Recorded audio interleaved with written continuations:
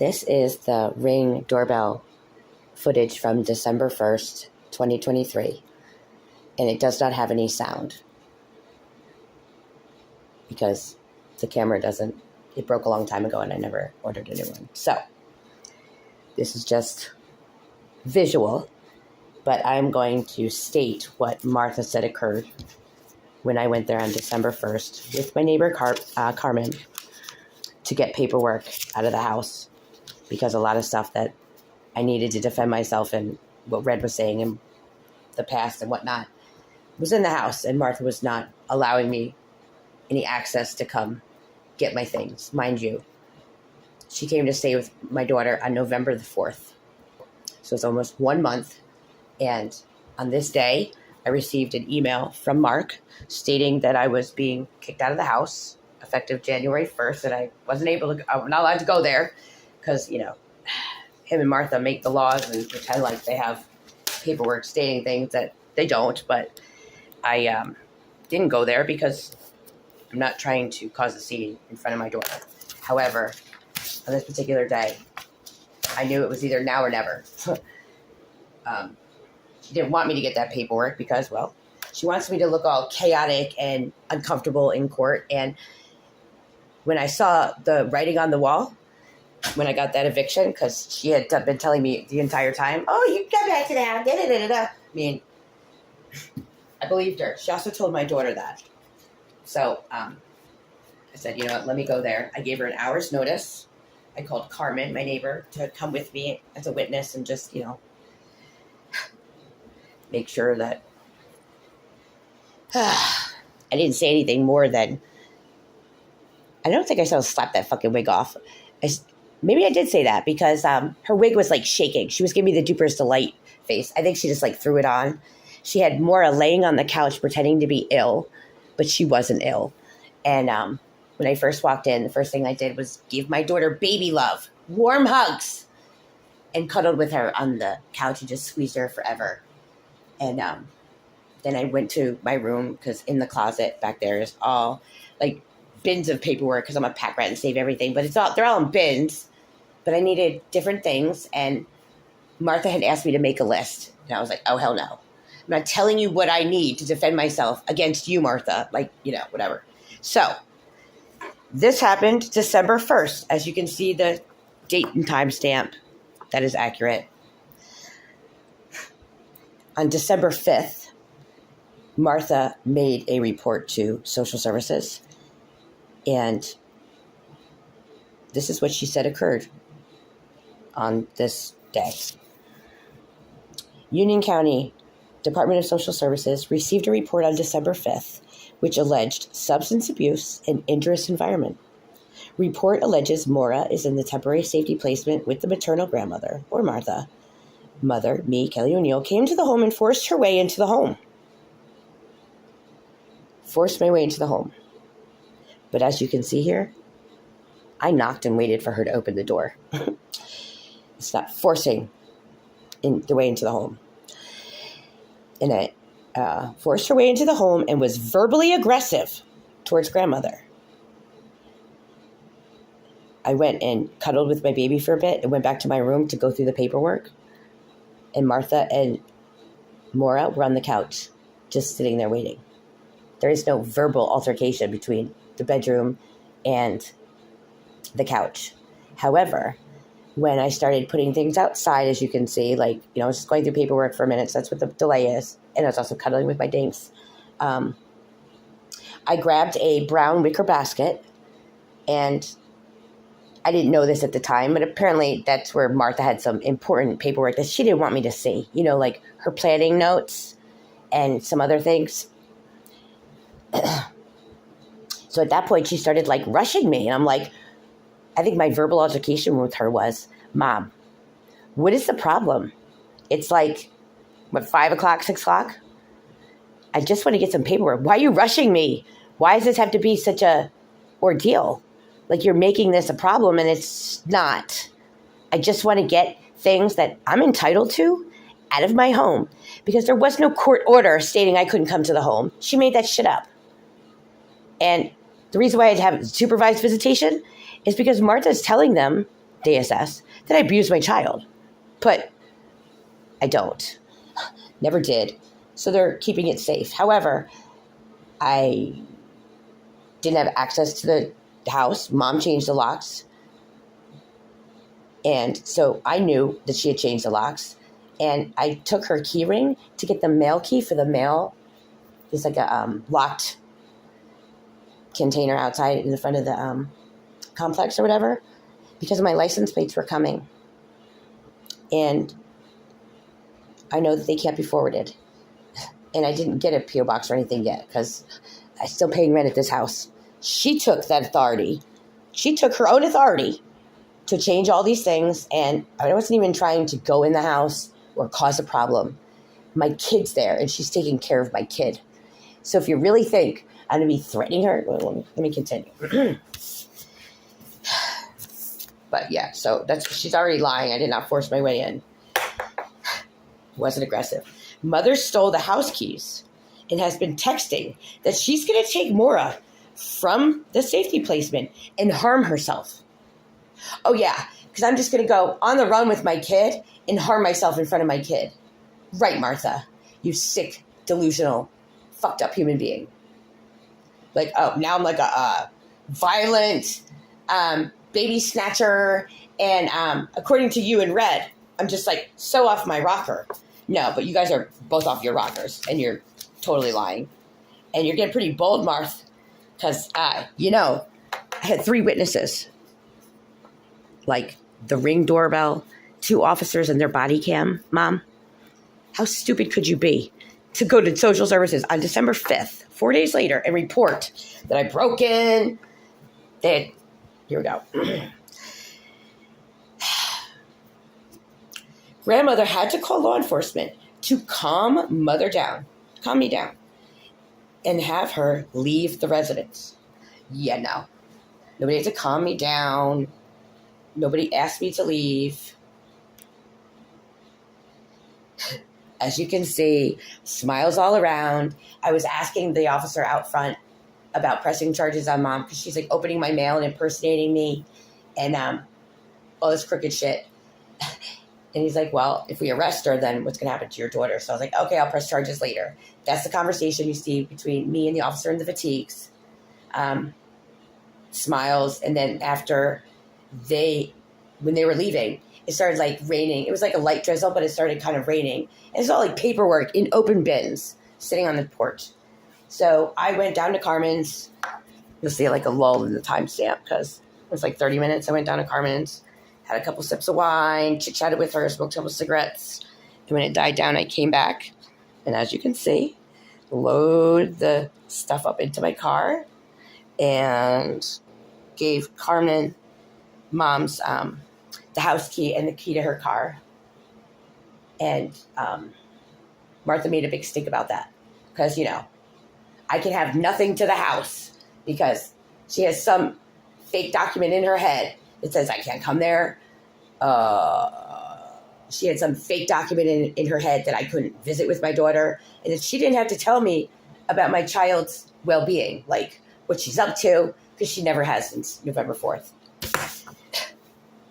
Dodged me at my daughter's concert that my daughter told me about and to come, but we won't go there. Okay. We wanted first to calm her down and have her leave the residence. Yeah, bullshit. Maura was present when Mother was threatening grandmother. Mother admitted she's using marijuana and is making erratic decisions. That's like something I said to Sarah Kelly like 2 weeks before this happened. So why they're throwing that in on this incident, I'll never understand. But I guess this is like reefer madness because you really see a whole lot of reefer madness. You smoke pot and you're just like, crazy, right? Is that what you see on this video? Because if you do, you need to get your eyes checked. Let's go. And this day, or this incident right here, what you're seeing, is what was presented to a judge to take away my custody rights and give her to foster care with Martha being a foster parent now. This right here, her lies in this paperwork. Let me continue.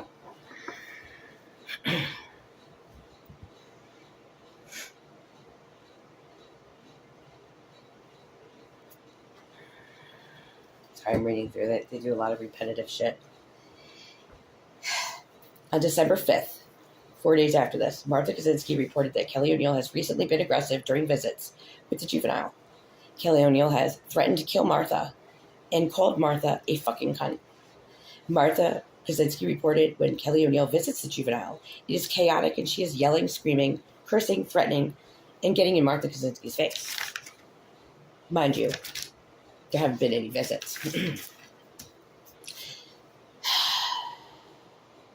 There are concerns with Kelly O'Neill's ability to provide care, safety. Juvenile is placed with temporary safety provider Martha. She does not have the legal authority to obtain care for the juvenile without the intervention of DSS. Yeah, so this is Friday, December 1st. On December 3rd, Martha brought my daughter to a doctor saying that she was sick. She had no fever or any signs or symptoms. She brought her to a Novant care facility, urgent care, that had her Medicaid number. Martha also had Maura's Medicaid card because I left it for her on November 4th. And she also had a power of attorney that I had given her to make medical decisions on behalf of Maura in my absence that was signed by 2 witnesses. So for her to say to DSS that she had nothing and I wouldn't give it to her, that's why on that Sunday when she's like antagonizing me about it, she had the number. She was at Novant, who also could care for her. And she also had a power of attorney that I paid like Rocket Lawyer a subscription of $35 to get her that. So that she could, if something were to happen in an emergency, she could be there for Maura. And I have proof of all of that. It was sent. She received it. She even confirmed receipt weeks before this. Like literally, I think it was like the week after. She was all worried about getting her medical care. I said, Mom, let me just go do a power of attorney. Emailed it to her. She confirmed receipt. I don't know if I emailed. I think I emailed it and texted it. So for her to say on December 5th that I'm not giving up the Medicaid card when she had it, she can't provide care. Well, she didn't need to go on that Sunday. And she was acting so crazy because I knew all this. I knew she had that power of attorney because I gave it to her. I knew she had the Medicaid card because I left it for her. And I also knew she was at a Novant facility. And Novant is where she goes to the pediatrician. It's actually called Novant Pediatrics of Matthews. So for her to say that they don't have the number, she can't get seen, blah, blah, blah, I questioned her sanity. And I asked her to please meet me at the Stallings Police Department parking lot 2 days after this to put my eyes on my daughter and Martha to make sure we did it in a safe place, because I was very concerned at that point. What the fuck is Martha doing? And what planet is she living on? And my daughter's seeing all of this. But this is what happens when you have rock meet hard place. I don't know if putting her in a foster care situation with totally rolling the dice is better than this. I rolled the dice with Martha, and I thought she wouldn't abuse her granddaughter and her daughter because, like, she's done enough of that abuse for a lifetime for me. Thank you very much. But nope, now she's digging her claws in my daughter. And if you think a 9-year-old can't be manipulated in 6 weeks, well, you haven't met the master of all masters to manipulate children, make them pick sides, ask them to choose between her nanny and her mother, when I would never ask a 9-year-old to choose. She had no idea what she was choosing or why. And Martha had no right to ask her that, first of all, to be telling her anything that I have in an adult conversation with her, meaning Martha, because it's not okay or appropriate for a 9-year-old. No wonder her stomach was already messed up, always messed up. I never put adult situations on her. I never told her bad things about her father. And Martha, that's all she has done. She's literally walked my daughter out of my life before I even knew it. There have been no visits. I came on ballet watch day. She was like pissed off about that. Are you fucking kidding me? There's 2 days a year when you can go watch your kids ballet. in the studio. It's important to Maura. And she was so happy that I came. And Martha's acting all fucking weird, like telling her to do a present. That was my first visit, and you don't really call it a visit. My second visit was on November 25th when we went to the Concord Mills Mall and walked around until Martha abruptly ended it and told me she was hiding over by the carousel because I was acting so erratic when I was literally sitting down and just had Sbarro eating lunch. And they never came back to eat lunch with me. I'm like, what the fuck's going on? And then I left the mall, and her car was still in the parking lot. I was like, what in the fuck? What the actual fuck? Like games. Mind you, I have all the records of all these conversations because they were all by text. Martha doesn't know how to use her mouth. Martha doesn't know how to communicate like an adult. So I mean,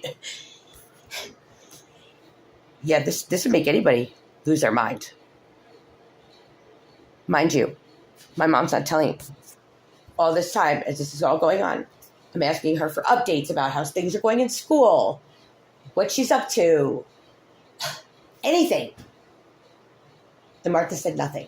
She's getting sick all the time. Martha's just taking her places, but not telling me what she's sick with or what the doctor said or how her therapy's going, what the therapist has said. No, Martha completely thought, oh, I'm going to take power and control over Kelly's life, Maura's life, and make her think she's crazy for questioning me for doing so. Okay.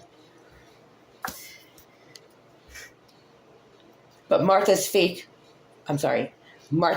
malicious and lying report of this day and my violent behavior is why I lost custody of my child. And now she is in the foster care system, although it hasn't been adjudicated yet. And Martha is now foster parent, and I'm pretty sure she did that because she wanted to go to New Jersey for 2 weeks and fully alienate me and try to give my daughter to my sister Emily, but doesn't realize like Emily would be third in line, and there's no way in hell anybody's going to prove me unfit, and Red would be next in line. Although only a couple more minutes here while you're watching this video because it's 25 minutes of nothing burger, but Martha thought otherwise. Okay. Martha reported Kelly stole the house keys during the visit after threatening her, left the home in a hurry, and hit her vehicle. Do you see that? The juvenile reported she is over it with her mother. She advised that her mother scares her and that she heard her mother tell her Nana, I will snatch that fucking wig off your fucking head and I will slap the shit out of you. And then Red comes in and says, like, I called him and said, oh, yeah, I'm going to remove her and go on the run, basically. Can I come live with you and your mommy? Yeah, right. Between December 4th and 7th, Kelly O'Neill has sent several text messages and made posts on social media in reference to killing herself. And I hope they have witnesses for that because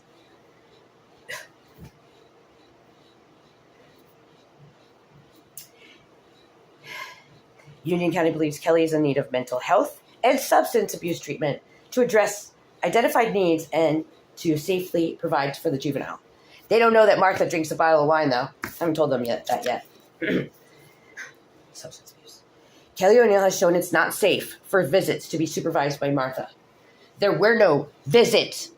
Martha wouldn't allow them. Kelly O'Neill has shown that she will not cooperate with services without the court's intervention. What services? Okay. I can see anybody not go insane with this shit. But anyhow. There are concerns that Kelly O'Neill will try to remove the juvenile from her current placement with Martha Koscinski. No, I just want to remove Martha from my life. I didn't want her going to New Jersey because I'm not going to be talking to Emily or any of those family members when this is all said and done. So I don't want to open Pandora's box for my daughter. Emily's given her 20 minutes of time. Years ago when she was in diapers, when she allowed Dad, me, and Maura to come pick out their Christmas tree with them. Woohoo! I don't want my fucking daughter to be around that cold bitch. She doesn't give a shit about my daughter. So I don't want to introduce that. That's more to take away from her. So if you think that's unreasonable, well, okay.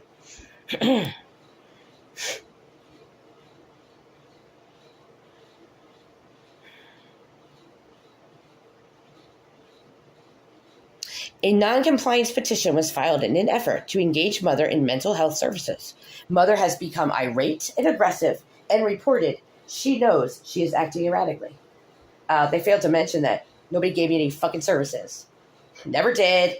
Since September, when Martha called for the first time. And Mark called on the 26th of September. Yeah, Martha started this whole case. And I guess they just didn't do what she wanted to do fast enough. So, on October 30th, go get an evaluation. She goes to red. And oopsie, Martha. You should have researched that before you went making malicious reports to DSS to get your granddaughter to your other daughter to raise. Because I don't want to talk to you anymore. Oopsie, Martha. Yep, you opened Pandora's box with red. Because he didn't pay child support all those years. He didn't do anything, but you opened the box. And now I'm going through another custody battle in another county. And you and Red, and you're all like making all these false statements because, well, you know, he's on the hook here too for neglect. Because he's neglected her entire life. For 9 years. He's paid $1,500 towards financially. I've taken care of everything. And he knows that he could be facing jail time. This petition is against both of us. And they call me the offending party in the courtroom. And he's super daddy. They're recommending that she stay with him temporarily until they get this figured out. But January 23rd is going to be the adjudication. I'm not letting it go in continuance. I'm probably going to be representing myself because my attorney hasn't even know what's going on. And I'm making sure that everyone involved is subpoenaed to appear. I've had enough with the bullshit. And let me put this out here. When this report came in on the 5th, I think it was the 7th when Sharon contacted me. And I told her to call Carmen and check with the police officers. Should be body cam. I mean, I knew I had the Ring camera, but you can't hear volume, so she never bothered to do that. But last week in court, she told me that she did speak with Carmen. And Carmen said that basically what my mom was saying was true. And I want to know, was that you, Katie Vernon, or was that you, Emily Groendyke, who called pretending to be Carmen to Sharon Laney? It wasn't Carmen. So I'm also going to subpoena you both to appear. I have some questions for you that I want to be answered on the stand. And you are a part of this. You have been sabotaging every bit because you want to be revengeful and angry. But my daughter, I mean, I'm being affected, but fuck me, man. I don't care about me. I care about how this is affecting my daughter, the damage that it's going to do to her or has done to her, and the amount of money that I've had to spend living in hotel rooms because Martha just wants to be a whiny ass bitch getting attention. There's better ways to get attention, Martha. There's better things to do, Emily and Katie, than to be so hateful and revengeful. I mean, what was done to whatever was when we were kids. I haven't talked to either one of you in 10 years. You have no idea who I am, what I do, if I'm a good mother or not. And you have involved yourself in a situation that has harmed me and harmed my daughter. Financially, emotionally, and you have to answer for that. Just like I have to answer for everything I've ever done, and I always do.